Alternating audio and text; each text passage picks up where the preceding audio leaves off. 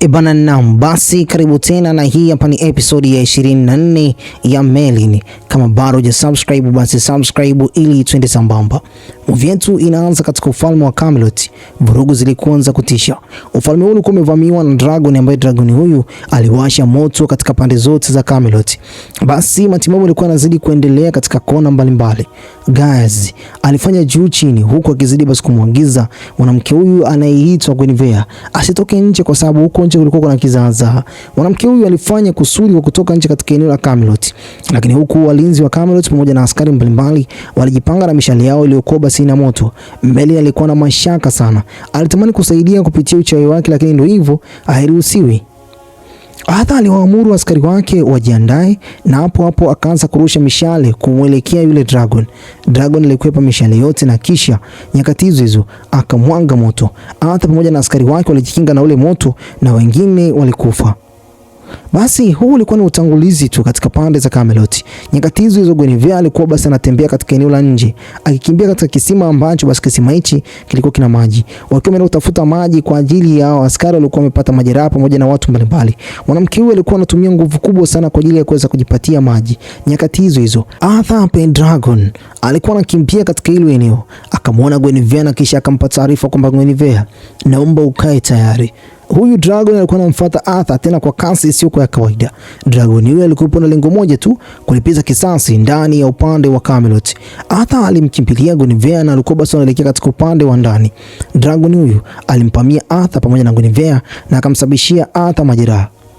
Dragon huyu alikimbilia katika upande wa juu kabisa. Kisha katika nyakati hizo Merlin alifika katika lile eneo na akajaribu kuweza kutumia uchawi wake katika siku ya leo basi kumdhibiti huyu dragon. Aliinua mkuki kupitia maneno ya kichawi kisha akamrushia yule dragon, lakini mkuki ule uliondoka down. Dragon akatamka maneno kumwambia kwamba unafikiri kwamba uchawi wako wa kipumbavu unaweza basi kunidhuru mimi? Dragon yule akasepa. Huyu dragon anaitwa Kliger. Merlin alimuuliza kwamba kwa nini unawadhuru watu waliokuwa ni innocent, watu wasiokuwa na hatia? Dragon ya kujibu na akasepa. Basi kwa upande wa ndani katika eneo basi la matibabu, Guinevere alikuwa anamtibu Arthur na akimtazama tena kwa upendo wa hali ya juu. Nyakati hizo Arthur naye alikuwa anaushika mkono kwa Guinevere katika kifua chake, lakini Gaz alilitambua jambo lile. Nyakati za upande wa pili huku hivi, Gaz alimfuata Merlin na Merlin akampa taarifa kwamba uchawi wake hauna nguvu kwa hivi sasa, anatamani aweze kupata nguvu ya ziada. Basi Gaz akamjibu na kumwambia kwamba dragon ni viumbe ambao wana nguvu tena isiyo kwa kawaida, wamekuwa wakipambana katika miezi na miezi katika upande wa Camelot. Basi mfalme huku katika upande wa pili siku hii ya leo basi walikaa kikao yeye pamoja na askari, lakini pia naye Gaz alikuwa pale. Mfalme akapewa taarifa pale na Arthur kwamba kuna watu wamekufa 47 ambao hawa ni wanaume, watu wa kike wamekufa 42, hawa ni wanawake, watoto wamekufa 18 na hawa wote ni mmoja kati ya watu wa Camelot. Nyakati hizo basi wakiwa wamekata tamaa, Gaz alitoa hope, yani jaribio tena la pendekezo la kipekee sana. Akasema kwamba kuna mtu mmoja ambaye ana uwezo wa kuongea na huyu dragon, na huyu alikuwa ni Dragon Lord, yani ni mtu ambaye alikuwa na uwezo uliokuwa ndani yake bila ya mtu yoyote kuweza basi kumpatia, na huyu alikuwa na nguvu ya kipekee. Mtu huyu alikuwa anaitwa Balano. Ila mfalme baada ya kusikia zile taarifa alijisikia vibaya na alisema kwamba anatamani mtu huyu angekuwa amekufa. Gaz akamwambia kwamba inasemekana kwamba mtu huyu yupo katika ufalme wa Sendred na huko ameamua kujificha. Lengo lake tu ni moja tu, kwamba angalau angekuwa na nguvu ya kuisaidia hii nchi ya Camelot. Kama basi mfalme atakubali basi watu wake waende kumtafuta mtu huyo. Mfalme alikuwa na gubu mzee. Mfalme akasema kwamba hakuna mtu yote kwenda kumtafuta huyo mtu. Hatuwezi kuruhusu uchawi uweze kutumika katika kipindi ambacho sisi wanadamu wa kawaida tuna shida. Ila Arthur akasema kwamba mimi nitaenda. Mfalme anasema kwamba sikupi maamuzi kama vile mfalme, bali nakupa maamuzi kwa sheria yangu mimi mwenyewe. Lakini Arthur akamwambia kwamba nafanya haya kwa ajili ya Camelot, wala sifanyi kwa ajili yako wewe. Mtoto na baba yake walikuwa wanabishana. Basi pale Merlin akapewa amri na Arthur kwamba kaandae farasi, tutaenda katika hilo eneo la Sendred katika kingdom ya watu wengine. Basi mfalme alikuwa hana la kubisha kwa hivi sasa. Merlin akaja katika chumba cha kwa Gaz kipindi ambacho basi alipokuwa anajiandaa. Gaz akampa siri Merlin kwamba mtu huyu anaenda basi kuna kumtafuta ambaye ni Dragon Lord anaitwa Balon. Ni mmoja kati ya mtu ambaye kwa kipindi cha miaka ya nyuma aliweza kumsaidia kutoka katika ufalme wa Camelot na kwenda kujificha huko maporini. Merlin akamuuliza Gaz, ulifanya haya yote? Mbona una siri nzito sana? Gaz anasema kwamba mimi ni mmoja kati ya mtu anaifahamu Camelot vizuri sana. Gaz akampa siri Merlin kwamba mtu huyo ni mmoja kati ya mtu ambaye ameshaishi pia na mama yako, na mama yako inawezekana kwamba alishakuwa akimsema sana mtu huyo. Merlin anasema kwamba hapana, ila Gaz akamwambia kwamba kama mama yako akukwambia taarifa kuhusiana na mtu huyo, basi inawezekana kwamba akutamani kabisa uweze kufahamu taarifa zake, ila mtu huyo nakwambia katika siku ya leo tulikubaliana mimi na mama yako tusiseme siri hii, ila nakwambia kwamba huyu ndo baba yako. Merlin alitokwa macho kinoma noma, kisha Gaz akamwambia kwamba fanya juu chini na ukijua kwamba mtu huyo ni kwa ajili ya maisha ya Camelot, lakini pia kwa ajili yako. Merlin alitoka na machozi huku akiwa anajaribu kuweza kusema kwamba kwa nini mkuniambia? Nilikuwa basi nina haki ya kuambiwa taarifa hizi, yule ni baba yangu. Basi safari ilikuwa imewadia. Gaz akamwambia Merlin kwamba azingatie jambo moja tu, Arthur asifahamu siri ile. Arthur pamoja na Merlin wakakamata barabara yao, wakaingia porini huko hivi, milima na mabonde, kisha wakaona mji wa Sandred, huku wakiwa natamani kabisa basi waweze kufika katika hilo eneo wakamtafute Balinor. Wakafika katika nyakati za usiku, wakajikuta kwamba wameingia katika baa moja, kwa sababu huko nje kulikuwa kuna mvua ya kutisha. Hapo ndani sasa utana na roho za watu ambao walikuwa na hasira sana. Hawa miamba walikuwa ni wezi kinoma noma. Kisha Arthur akawasalimia, akamuita mhudumu mmoja, na mhudumu huyu akaulizwa taarifa kuhusiana na mtu anaitwa Balinor. Mhudumu kwa dharau akawajibu kwamba afahamu mtu huyo mahali ambako yupo na hahitaji pesa yao. Kisha wakatafuta chumba cha kulala katika hii kingdom ya Sandred, wakapatiwa chumba. Arthur alifahamu kabisa kwamba Merlin ana changamoto katika siku ya leo, alikuwa na mawazo sana. Alimuuliza kuhusiana na nini ambacho anakiwaza, basi Merlin akasema kwamba anawawaza watu wa Camelot, namna ambavyo wanavyoteseka.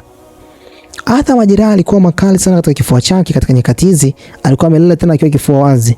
Merlin katika nyakati za usiku, mtu mmoja aliyekuwa basi na hali ambayo si ya kawaida alikuwa akizama hapa ndani. Huku Camelot sasa watu walikuwa wanazidi kupambana na huyu dragon alikuwa anazidi kuwasha moto bila huruma. Mfalme alikuwa katika upande wa juu akiwa anazidi kutazama. Basi mtu yule alikuwa anaingia pale ndani tena akiwepo na plani yake ya uwizi. Arthur alimkamata. Merlin alishuhudia kwamba mtu akiwa ameshikiliwa pale katika miguu yake. Hapo Arthur akamwambia kwamba vipi, unamuibia nani? Wewe ni mshenzi? Mtu huyu aliambiwa kwamba ili asamehewe anapaswa kutoa taarifa kuhusiana na mtu anaitwa Balinor. Basi akasema kwamba ni miaka mingi sana hajamuona, lakini mtu huyu inasemekana kwamba anaishi katika eneo la mapango. Basi akampa taarifa kwamba kuna mapango yalikuwa katikati ya pori. Watu hao waliotoka asubuhi na kisha wakaingia kwa porini. Merlin na Arthur walipoingia kwa porini, maskini Mungu, kumbe Arthur kile kidonda kilikuwa kinazidi basi kupata maumivu makali. Askari wa Sandred walikuwa wanazunguka katika ile eneo la mapori. Merlin aliamua kujificha katika gogo, na kisha alipokuja basi kuja kuinuka akaja kugundua kwamba Arthur alikuwa amezimia. Alimkokota Arthur kupitia farasi wake mpaka kafika katika haya mapango. Hapo mapango haya aliambiwa kwamba ndio mapango ambayo Balinor alipokuwa anaishi. Basi alipozama huko ndani alikamatwa na mtu ambaye si wa kawaida. Huyu alikuwa ni Balinor. Balinor alimwambia Merlin, unatafuta nini katika ile eneo? Akamwambia kwamba rafiki yangu anaumwa. Balinor akamwambia kwamba kamlete haraka sana. Basi Merlin bila kusubiria alienda kumuita Arthur na akamchukua kule vile vile akiwa na majeraha yake. Basi Balinor aliamua kuweza kumfanyia hila nzuri kabisa. Hii ilikuwa ni kwa ajili ya mapendo yake mwenyewe. Akamtibu Arthur katika kidonda chake, na kisha nyakati hizo akaanza kunong'ona maneno ya kichawi ili tu aweze kumponya. Merlin alishuhudia kila kitu na kisha akamwambia kwamba atakuwa sawa. Basi mtu huyo akamwambia kwamba mpaka asubuhi kila kitu kipo sawa. Kisha nyakati hizo Merlin alifahamu jambo moja, kwamba huyu ndo anaitwa Balinor. Akamwambia kwamba hivi unamfahamu mtu mmoja anaitwa Balinor? Merlin alimuuliza hilo swali. Mtu huyo akasema kwamba simfahamu. Basi hapo akamwambia kwamba unamtafuta kwa ajili gani? Merlin akajibu kwamba kule Camelot kuna shida kubwa sana. Mmoja kati ya dragon anawasumbua watu wa Camelot na ameua watu wengi ambao hawana hatia. Merlin akiwa amefahamu kabisa kwamba huyu ndio Balinor, pale alimpa siri kuhusiana na maisha yake. Akamwambia kwamba vipi kuhusiana na maisha ya kule Eldorado, yani akiwa anamaanisha kwamba katika mji ambao mama yake mzazi alipokuwa anaishi. Balinor akamuuliza kwamba unatafuta nini katika maisha yangu? Basi Balinor akawa basi anatamani kuweza kugundua kwamba Merlin anamfahamu kivipi. Kisha akamwambia kwamba natamani kuweza basi kwenda kupata msaada katika nchi ya Camelot. Je, wewe ndio Balinor? Kisha mtu huyo akasema ndio, na hapo akamwambia kwamba nafahamu kwamba wewe ndio mmoja kati ya mtu ambaye uliishi katika mji huu. Kabla hajamwambia kwamba yeye ndio mtoto wake, pale Arthur alikuwa kama vile ananong'ona, na kisha Melanie alikosa nafasi ya kumueleza baba yake mzazi kuwa yeye ndio mtoto wake. Asubuhi mapema ilipofika, Balanon alikuwa amejitenga kabisa. Arthur aliamka akiwa na nguvu tena na afya, na akamwambia Melanie, mbona kama vile nimeamka nikiwa na afya? Mtu huyu vipi, amekubali au imekuwaje? Ulimpata kumbe? Melanie akaambia kwamba nimempata, lakini bado amekataa kutusaidia. Sasa katika upande wa Camelot hivi, moto ulikuwa unawaka mzee. Hakuna mtu alikuwa anapata msaada wa kipindi hichi. Watu walikuwa wanatia huruma bila hata yeye mwenyewe binafsi Arthur kufahamu jambo hilo. Guinevere alikuwa anaamini kwamba kupitia Arthur labda ufalme huu utakuja kuweza kusimama kwa nafasi nyingine. Siku hii ya leo Gazi alimfuata na kisha akampa siri kwamba nafahamu kuhusu wewe na Arthur, na ninaamini kwamba katika siku za usoni mambo yatakuwa bambam, na ukijua kwamba siri hii ni ya kwangu mimi na wewe, maana niliwafahamu vizuri kabisa na niliwaona kule katika lile banda la matibabu, namna ambavyo mlivyokuwa mnatazamana. Basi Guinevere alimwambia pale Gazi kwamba nafahamu kwamba hutaweza kumwambia mtu yoyote hata kama nisingekuruhusu. Basi Arthur huko na Melanie ndio wanazidi kudiscuss kwamba mtu huyu amekataa katu, na kisha Balanon akasema kwamba ndivyo kama alivyokuambia na sitafanya kazi hiyo. Kisha Melanie alijaribu kuweza kuongea na Balanon, Arthur akajaribu tena kwa nafasi nyingine, na kisha mtu huyu akasema kwamba si saidi Camelot. Maneno haya yote mnayoongea katika siku ya leo alipaswa aambiwe Uther Pendragon, baba yako mzazi Arthur. Huyo mtu anamfahamu kabisa Arthur na akaweza kumsaidia, tena ni mtoto wa kwake Uther Pendragon ambaye ni baba yake mzazi Arthur. Kwa katika siku ya leo revenge yake ni yale maisha ambayo Uther Pendragon aliyokuwa anamfanyia hila katika siku za nyuma. Atamani kuisaidia Camelot kwa sababu moja tu, Uther alikuwa anatamani kuweza kumuokoa kipindi cha nyuma. Melanie alikuwa anaumia. Kisha wakasepa baada ya kukataliwa katika msaada huu ambao walikuwa wanategemea kupata kwake Balanon. Basi wakafika katika eneo la msitu, wakakaa na kisha wakaanza kuandaa chakula. Huku stories zikiwa nyingi sana, mara ghafla wakaanza kusikia mchekecho kwamba kuna mtu alikuwa anaovizia. Nyuma yao alikuwa si mtu mwingine bali alikuwa ni Balanon. Balanon amewafuata na kisha akamwambia kwamba nilikuwa nafahamu kwamba mtakuwa mnahitaji msaada wangu. Kwa hiyo wakaanza safari ya kuandaa vitu vyao kwa ajili ya kuelekea Camelot. Katika kipindi ambacho Balanon pamoja na Melanie basi walivyokuwa wanaokota kuni, waliokota katika upande mmoja. Huko ndipo ambako Melanie alipata nafasi ya kumwambia baba yake mzazi kuwa mimi ndio mtoto wako ambaye basi ulimwacha akiwa tumboni kwa mwanamke anaitwa Thinsia. Basi Balanon akawa anashangaa sana, kumbe nilikuwa na mtoto. Ndipo Melanie alipoweza basi kushangaa sana, machozi basi alikuwa anamtoka.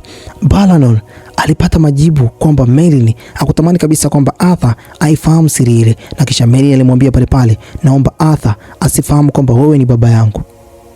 Balanon alifahamu kwamba Melanie anaishi Camelot tena Kenyamira, akamkabidhi Melanie zile kuni zake, na kisha Melanie akaambiwa na Balanon, kuna kitu ambacho ulikuwa ukifahamu kwamba wewe ni moja kati ya mtu ambaye utakuja kuisaidia Camelot kupitia nguvu ambayo basi watu wengi wanaamini kwamba ipo ndani ya mtu yoyote yule ambaye baba yake mzazi alikuwa ni Dragon Lord. Usiku ulipofika, Melanie pamoja na Balanon walipiga story nyingi sana, huku wakizidi basi kupeana story kuhusiana na namna ambavyo maisha yalivyokuwa. Alimpa story kuhusiana na namna ambavyo basi alivyokuwa anakimbizwa na Uther mpaka basi akaamua kuja kuishi katika eneo la mapango, huku akiwa anaamini kwamba huku ndiko basi ambako basi amani yake inapatikana. Melanie alimwambia kwamba kwa nini kuja kutuchukua? Tungeishi na wewe, sisi ni watu ambao tunakupenda sana wewe. Lakini mzee huyu akamwambia kwamba hapana, sidhani kama ili jambo basi lingewafurahisha. Mngeishi maisha ya ziki zaidi kuliko hata haya ambayo kwa hivi sasa unayapitia huko Camelot.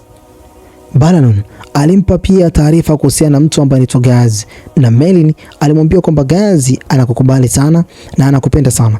Na Balanon akasema kwamba nafanya haya yote kwa ajili ya mtu huyo kwa sababu alinisaidia mimi kutoka katika mji wa Camelot. Gazi akifa, hii ni zaidi ya laana katika maisha yangu.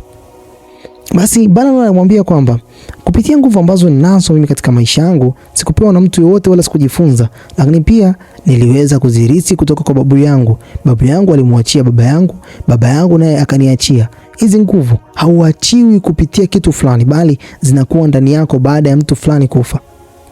Melanie basi ndipo basi anaja kugundua kwamba inawezekana kwamba hata yeye akaja kuwa Dragon Lord, lakini kwa hivi sasa hawezi kuwa kwa sababu moja tu, kwamba baba yake mzazi hajafa.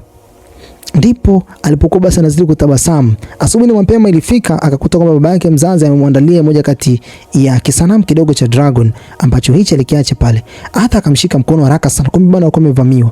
Vita vikaanza pale pale. Ila kwa bahati mbaya katika mapigano ya hapa na pale, Merlin akiwa katika upande wake, baba yake mzazi alikuwa katika upande mwingine. Merlin kidogo basi achomwe upanga katika tumbo lake, alikuwa amezubaa sana. Baba yake mzazi akaja pale kumsaidia. Nyakati ambazo baba yake mzazi alipochomwa ule upanga, Merlin alikasirika, akanguruma kama simba, kisha akampiga mtu kimbola mzee, kisha akaruka mbali. Nyakati hizo katika upande ule basi alikuwa amebaki pamoja na baba yake mzazi. Mzee ndipo basi katika siku ya leo anamwambia Merlin, naomba nikwambie katika siku ya leo kwamba naona kabisa una nguvu ambayo baba yako mzazi ninayo pia. Nguvu hiyo sikupewa na mtu aina yote, bali ipo pia ndani yako. Merlin alijaribu kumsikiliza mzee huyu huku hasira zikiwa zimepanda. Kwa nini mzee anataka kufa katika mikono yake? Aliongea naye na akamwambia kwamba natakiwa niweze kukusaidia ukaisaidia Camelot. Mzee anamwambia kwamba hapana, muda wangu umekwisha, sasa hivi ni muda wako, destiny yangu ipo mikononi mwako. Kwa hivyo sasa nenda kaikamilishe, na wewe unapaswa uweze kutafuta njia ya kuongea wewe na huyo dragon. Yani kuna kitu ambacho kati yako wewe na hao madragon mtakachokuwa mnakishare, na hii ndiyo message yangu ya mwisho. Pale pale akakata roho. Merlin anaita baba, lakini mzee wa watu akakata roho. Arthur anakuja huko anakuta kwamba mzee amekufa. Merlin alikuwa analia kinoma noma katika lile eneo, na hapo Arthur naye analalamika kwamba anasema kwamba no, upumbavu gani huu, wamepambana wamekuja mpaka katika ile eneo, lakini wapi, Dragon Lord amekufa. Merlin alisimama pale tena akiwepo kama vile ya shujaa wa kutisha, lakini bado moyoni mwake alikuwa na hasira sana. Machozi yanamtoka mzee, uchungu ujifichi. Basi ndo mara ya kwanza kukutana baba yake, afu mwisho wa siku leo hii mzee amekufa, hajakaa naye hata muda mrefu, maskini ya Mungu. Wakarudi Camelot, taarifa basi mfalme akapewa kwamba katika siku ya leo wameshindwa, na hii ni mara ya kwanza kabisa katika maisha kwake Arthur amemwaibisha baba yake mzazi. Dragon Lord amekufa. Gaza alimtazama Merlin alikuwa analia kinoma noma. Basi wakajipanga kwamba wanahitaji watu 12 ambao ni askari wale ambao basi walikuwa wanategemewa katika upande wa Camelot. Askari hao wote walikubali kujiunga na Arthur kwa ajili basi ya kuingia katika mtanange.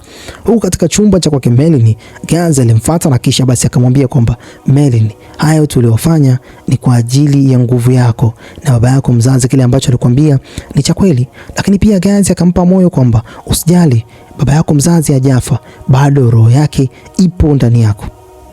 Basi siku haikuisha, mzee Gazi alimwahidi Merlin kwamba akazidi kupambana kwa ajili ya Camelot, anapaswa afanye kama baba yake mzazi alivyomwambia. Basi Arthur akawa basi kumbe bana alimuona Merlin namna ambavyo basi alivyokuwa analia. Siku hii ya leo naye pia akamwambia kwamba nilikuona namna ambavyo ulivyokuwa unatoa machozi kwa yule Dragon Lord, na pia nimeshawaambia askari wangu hakuna askari yote machozi yake anaruhusiwa kulia mbele ya askari mwingine ambaye basi atakuwa amekufa. Tunapaswa tupambane kwa ajili ya Camelot. Basi Merlin huwezi amini naye pia kangangania katika siku ya leo aende kupambana kwa ajili ya Camelot. Akainua upanga mzee, wote kwa pamoja wakatoka nje ya Camelot. Wakaingia katika pori moja ambalo hapa walitegemea kwamba ndo makazi ambapo dragon mara nyingi zaidi uaga anatua. Wakafika katika lile eneo, dragon akaja, wakaanza kujipanga waanze kupambana na yule dragon. Lakini dragon alipofika aliwatembezea kichapo wote mmoja baada ya mwingine. Kisha akabaki Arthur pamoja na Merlin katika lile eneo. Arthur akajaribu kuweza kutumia mkuki wake kumdhuru yule mnyama, na kisha Merlin akawa katika lile eneo pale mbaki yeye peke yake. Arthur alipigwa na kisha akaenda down, lakini Merlin hapo akakumbuka yale maneno ya baba yake mzazi. Alimwambia kwamba tafuta kitu ambacho kipo ndani yako kilichokuwa kina uwezo wa kuunganika kati yako wewe na dragon, na dragon huyu lazima atakusikiliza kupitia sauti ambayo ipo ndani yako. Itafuti kupitia uchawi. Na kisha Merlin akaipata kipindi ambacho basi alivyokuwa anasogea taratibu. Dragon alishangaa sana namna ambavyo Merlin alivyokuwa na nguruma kama simba. Maneno yake yalikuwa si ya kawaida. Akaanza kunong'ona lugha ambayo si ya kawaida. Mimi mwenyewe sikuweza kuielewa kwa sababu maneno yake hakuweza hata kutranslate katika lugha ya Kiswahili wala lugha ya Kiingereza. Kisha hapo Dragon akawa mpole na akamwahidi kwamba hatorudi tena katika upande wa Camelot. Akamtishia mpaka kumuua, lakini Merlin akamwambia kwamba nakuachia hivi leo, lakini nakuahidi kwamba ukirudi tena Camelot nitakuua kupitia nguvu zangu mimi mwenyewe. Nilichokufanyia katika siku ya leo naomba basi kije kuwa kama vile akiba kwa ajili ya maisha yangu ya baadaye. Kisha Dragon akasepa kwa sababu ya wema kwa Merlin alikuwa basi amemtendea kuacha uhai wake hai. Merlin alibaki pale machozi akiwa amemtoka kabisa. Lakini ndio hivyo, baba ameshakufa mzee. Arthur anakurupuka huko anasema kwamba nini kimetokea.